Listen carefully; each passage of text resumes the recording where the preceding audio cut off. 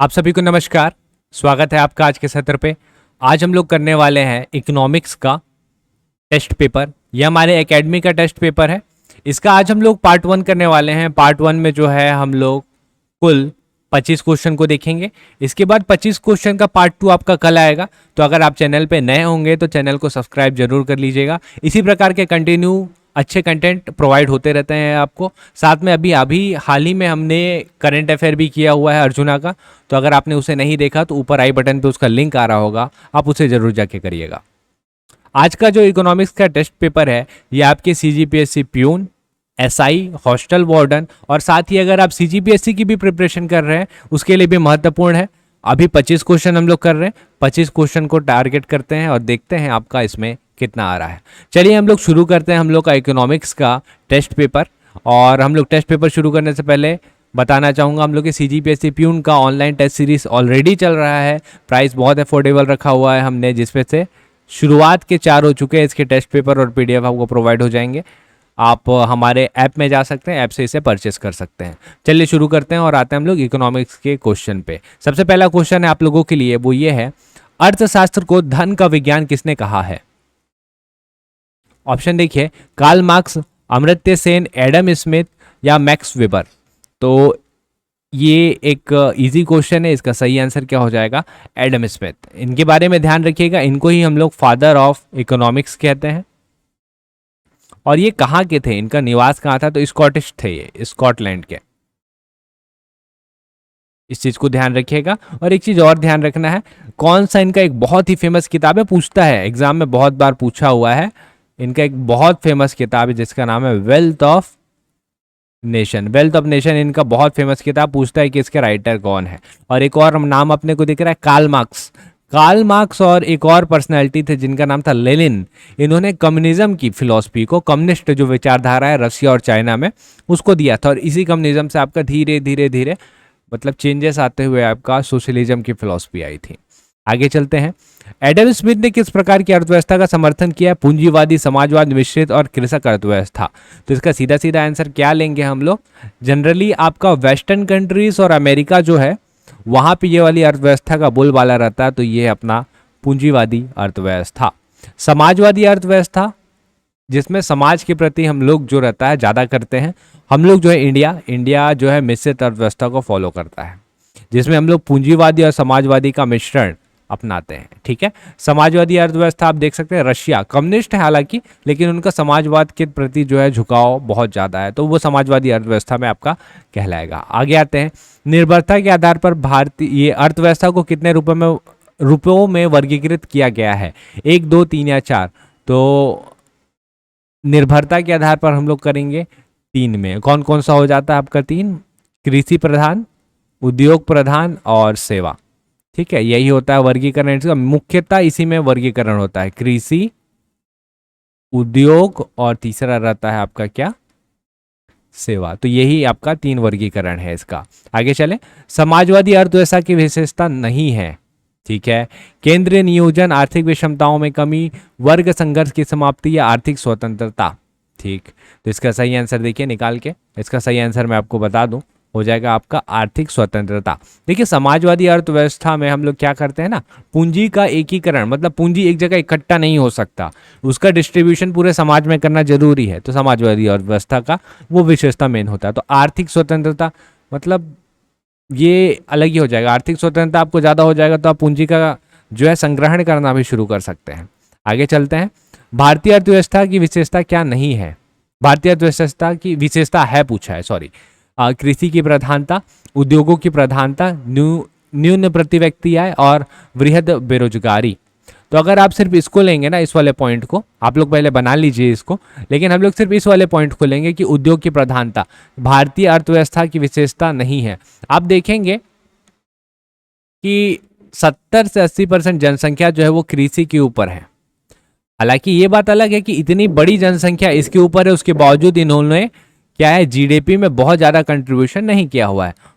उद्योग में हम लोग का कंट्रीब्यूशन अच्छा खासा होता है और सेवा क्षेत्र में भी अच्छा खासा होता है। भारतीय अर्थव्यवस्था की बात करें तो सेवा में ज़्यादा होता है और छत्तीसगढ़ की बात करें तो उद्योग में ज़्यादा होता है। ठीक है। तो अगर हम लोग इस वाले पॉइंट को लें कि उद्योग की प्रधानता होती है, भारतीय अर्थव्यवस्था की विशेषता है क्या, आप बोल सकते हैं कि नहीं है, उद्योग की प्रधानता अपने पास नहीं होती है उतनी ज़्यादा। तो ये आपका हट जाएगा और जो सही आंसर निकल के आ जाएगा वो क्या आ जाएगा, 1, 3, 4। इस क्वेश्चन को समझिएगा, ये हल्का सा विवादित भी हो सकता है। इस टाइप के क्वेश्चन जानबूझ के हमारे साइड से दिए जाते हैं ताकि आप प्रिपेयर रहें ऐसे सिनारियों के लिए भी। ध्यान रखिएगा, अगर इस टाइप का क्वेश्चन आता है भारतीय अर्थव्यवस्था की विशेषता है, तो आपको देखना पड़ेगा कृषि की प्रधानता तो होती है, तो एक कहाँ है, खोजिए भाई। एक तो होगा, मतलब ये वाला तो आपका हट गया। उसके बाद देखेंगे आपका बेरोजगारी बहुत ज़्यादा है अपने पास है, क्योंकि 70 से 80% जनसंख्या यहीं पे है ना। और प्रति व्यक्ति आय भी ऐसा नहीं कि हम लोग का बहुत ज़्यादा है। तो 1, 3 तो डेफिनेटली होगा। 1, 3 कहाँ कहाँ मिल रहा है आपको, एक यहाँ पे मिल रहा है, इस वाले को भी काट देते, या तो ये होता फिर ये होता, है ना। उद्योग की प्रधानता तो डेफिनेटली नहीं है अपने पास, तो आपका 1, 3, 4 सही हो जाएगा। आगे चलते हैं, राष्ट्रीय आय क्या कहलाता है। ऑप्शन है आपके पास, बाजार कीमत पर सकल घरेलू उत्पाद, बाजार कीमत पर सकल राष्ट्रीय उत्पाद, साधन लागत पर सकल घरेलू उत्पाद और साधन लागत पर सकल राष्ट्रीय उत्पाद। बताइए इसका सही आंसर क्या होगा। अच्छा, जो अंबिकापुर क्षेत्र से बिलोंग करते हैं, ऑफलाइन माध्यम से जुड़ना चाहते हैं, ये हमारी एकेडमी का एड्रेस है। आप इस नंबर पे कांटेक्ट करके जानकारी प्राप्त कर सकते हैं। शाम वाली शिफ्ट बहुत जल्द शुरू हो गई है और जीएस का इसमें चल रहा है, ठीक है। चलते हैं हम लोग इस वाले को देखते हैं, राष्ट्रीय आय क्या कहलाता है। तो इसका सही आंसर है आपका ऑप्शन नंबर डी पे जाइएगा, साधन लागत पर सकल राष्ट्रीय उत्पाद इसका सही आंसर हो जाएगा। क्या बोला हुआ आपका, सकल राष्ट्रीय उत्पाद। तो इसको हम लोग ऐसे लिखते हैं, फॉर्मूला में बता देता हूं मैं आपको, NNP नेट नेशनल प्रोडक्ट जो है ये रहेगा किस पे, आपका फैक्टर कॉस्ट पे, और इसमें हम लोग का हो जाएगा GNP factor cost minus depreciation, तब आपका निकलता है ये नेट साधन लागत पर सकल घरेलू उत्पाद, GNP, ठीक है। GDP में GDP दिया हुआ है, ग्रॉस दिया हुआ है, इसमें बदलाव करते हैं तब जाके आपका GNP निकलता है, और फिर इस GNP में हम लोग डेप्रिसिएशन को घटा देते हैं, ह्रास, तब आपका NNP निकलता है फैक्टर कॉस्ट पे। तो यही आपका राष्ट्र आय कहलाता है। तो राष्ट्र आय पूछेगा तो ये होता है राष्ट्र, NNP एट फैक्टर कॉस्ट आपका राष्ट्र आय कहलाता है। आगे चले, राष्ट्र आय समिति का गठन किसकी अध्यक्षता में एवं कब हुआ था। तो इसका सही आंसर, ऑप्शन देख लीजिए आप लोग, इसका सही आंसर जो है वो हो जाएगा आपका option number A, PC Mahalanobis. 1948 से 49 इन्होंने गठन किया था। अब यहाँ पे एक नाम और देखने को मिल रहा है, ये है हमारे अमर्त्य सेन, इनको नोबेल प्राइज मिला हुआ है इकोनॉमिक्स का। इनके बारे में ध्यान रखिएगा, भारत के प्रथम है जिनको नोबेल प्राइज मिला हुआ है। साथ में एक और व्यक्ति है अभिजीत बनर्जी, जिनको रिसेंटली यानी कि 2019 में नोबेल प्राइज मिला हुआ है। ये और इनकी वाइफ थी अभिजीत बनर्जी। तो ये दो लोग हैं जिनको इकोनॉमिक्स का नोबेल प्राइज मिला और जो भारत के निवासी हैं। आगे चलते हैं, लॉर्ड कर्जन द्वारा किस वर्ष की प्रति व्यक्ति आय 30 रुपये बताई गई, 1901, 2, 3 या 4। देखिए इसका सही आंसर जो है वो हो जाएगा आपका ऑप्शन नंबर ए। लेकिन ध्यान दीजिएगा, अगर आपको इस वाले क्वेश्चन का आंसर नहीं आ रहा था, आप नहीं कर पाए, कोई इशू नहीं है। इस टाइप के आपको 2-3 क्वेश्चन डेफिनेटली देखने को मिलेंगे जो आप मतलब पढ़े भी होंगे ना, तो मे भी शायद ब्लैंक हो जाए, या आपको पता भी रहे तो आप थोड़ा सा कंफ्यूज हो जाए कि ये कैसा आ गया है। तो ऐसे क्वेश्चन को इग्नोर करना भी सीखिए। आप 25 के 25 पूरे नहीं बना सकते, कुछ क्वेश्चन आप छोड़ेंगे, कुछ अच्छे क्वेश्चन रहेंगे जिनको आप ट्राई करेंगे और इजी क्वेश्चन को आप बनाएंगे। तो ये वैसा क्वेश्चन था जिसको आप चाहते तो छोड़ सकते थे, तो आपको क्वेश्चन छोड़ना भी आना चाहिए, ठीक है। आगे चलेंगे हम लोग, राष्ट्र आय की गणना किसके द्वारा की जाती है, केंद्र सांख्यिकी संगठन, राष्ट्रीय प्रतिदर्श सर्वेक्षण संस्था, वित्त मंत्रालय या राष्ट्रीय सांख्यिकी कार्यालय।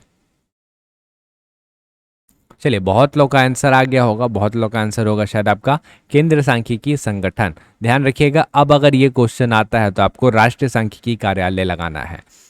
इसको हम लोग इंग्लिश में बोलते हैं NSO। अब देखिए इसमें कंफ्यूज मत होइएगा, पहले यही आंसर था CSO। कब तक, आपका 23 मई 2019 तक। 23 मई 2019 को हमने क्या किया, CSO जो है अपना और NSSO, दोनों को मर्ज कर दिया और एक नया बॉडी बनाया जिसका नाम है आपका NSO।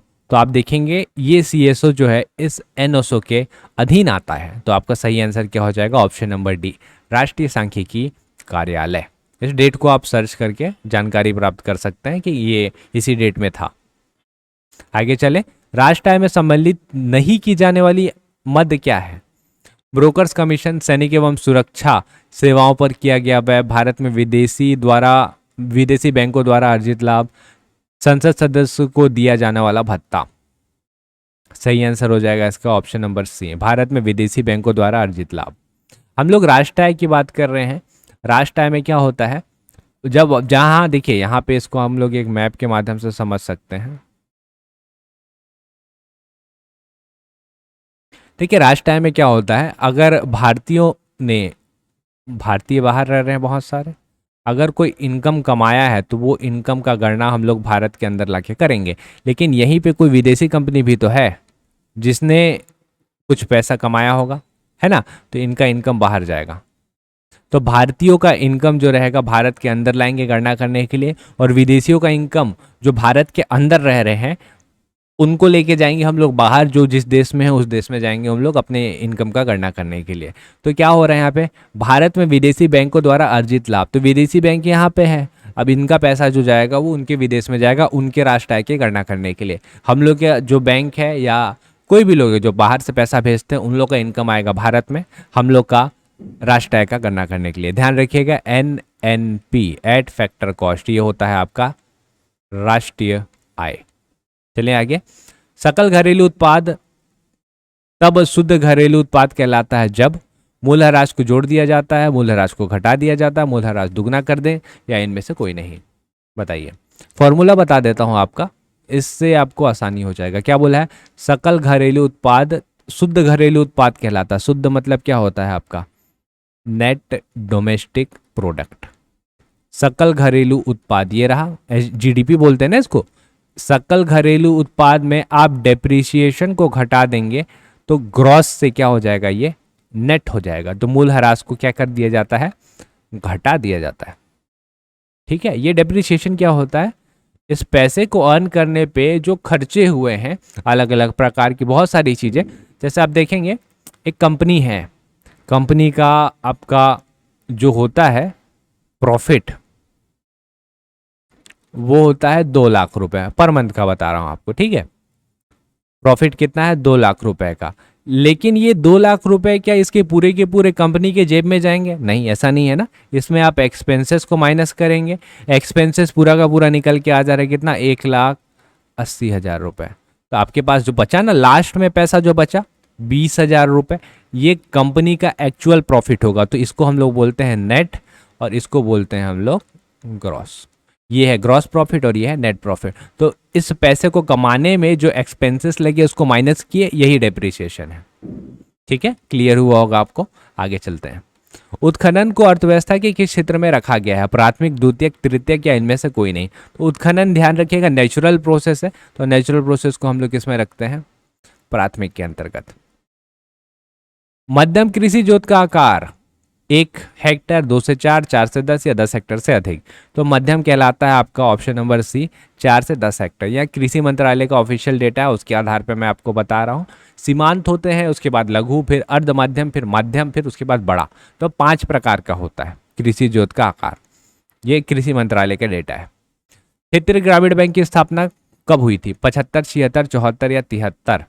तो RRB बोलते हैं इसको, एग्जाम भी होता है, IBPS लेता है। ऑप्शन नंबर ए 1975 इसका सही हो जाएगा। और एक चीज़ और याद रखेंगे, इसमें हम लोग ऐड ऑन करेंगे, पहला RRB का नाम जो था वो था आपका प्राथमा ग्रामीण बैंक। प्राथमा ग्रामीण बैंक, ठीक है, यूपी में खोला गया था।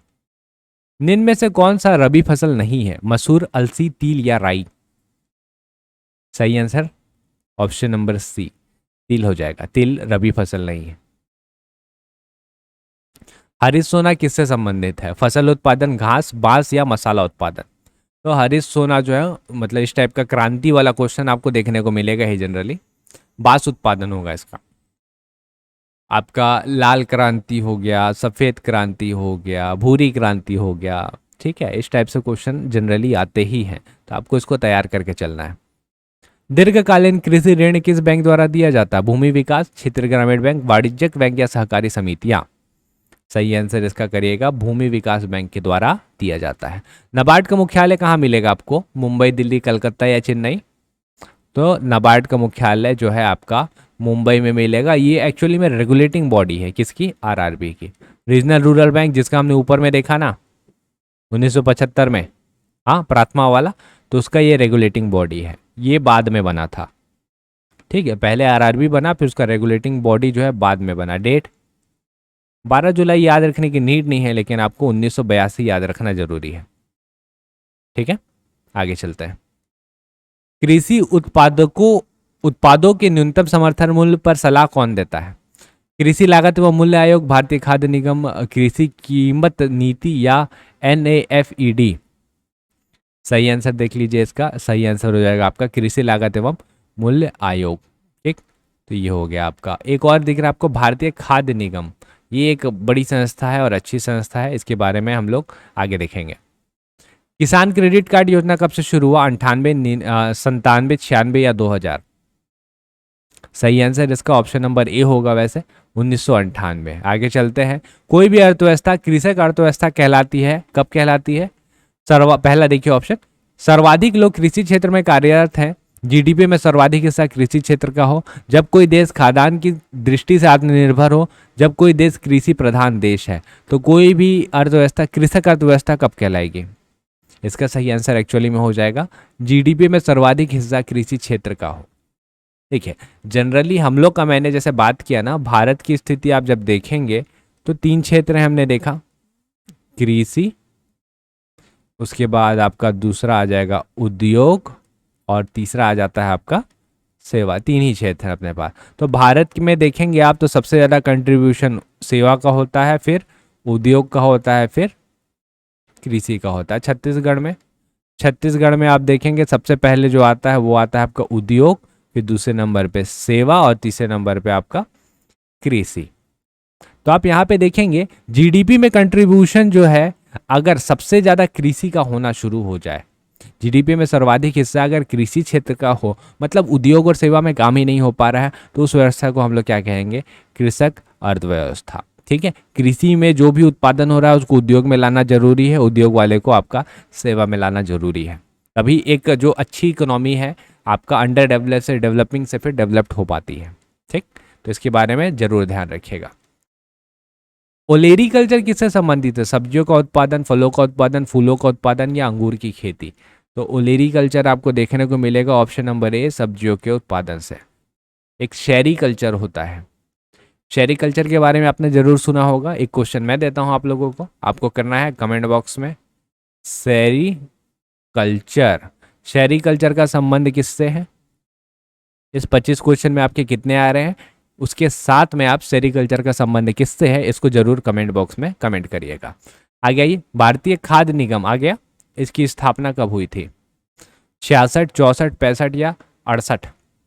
ये है food corporation of India, FCI। इसकी स्थापना हुई थी, ऑप्शन नंबर सी के साथ जाइए, 14 जनवरी 1965। आगे चलते हैं। सहकारी बैंक में कितने स्तर पाए जाते हैं? 1, 2, 3 या 4? तो सहकारी बैंक में आपको स्तर देखने को मिलेंगे, ऑप्शन नंबर सी, 3 स्तर देखने को मिलेंगे। और आते हैं अभी इस आज के लास्ट क्वेश्चन पे, भारतीय वित्त वर्ष कब से कब होता है? ठीक है, 1 अप्रैल से 31 मार्च, 1 मार्च से 1 अप्रैल, 1 जुलाई से जून 30 या 1 जून से 31 जुलाई? ये है आपका लास्ट क्वेश्चन, बताइए इसका सही आंसर क्या होगा? तो भारतीय वित्त वर्ष आपको देखने को मिलेगा ऑप्शन नंबर ए,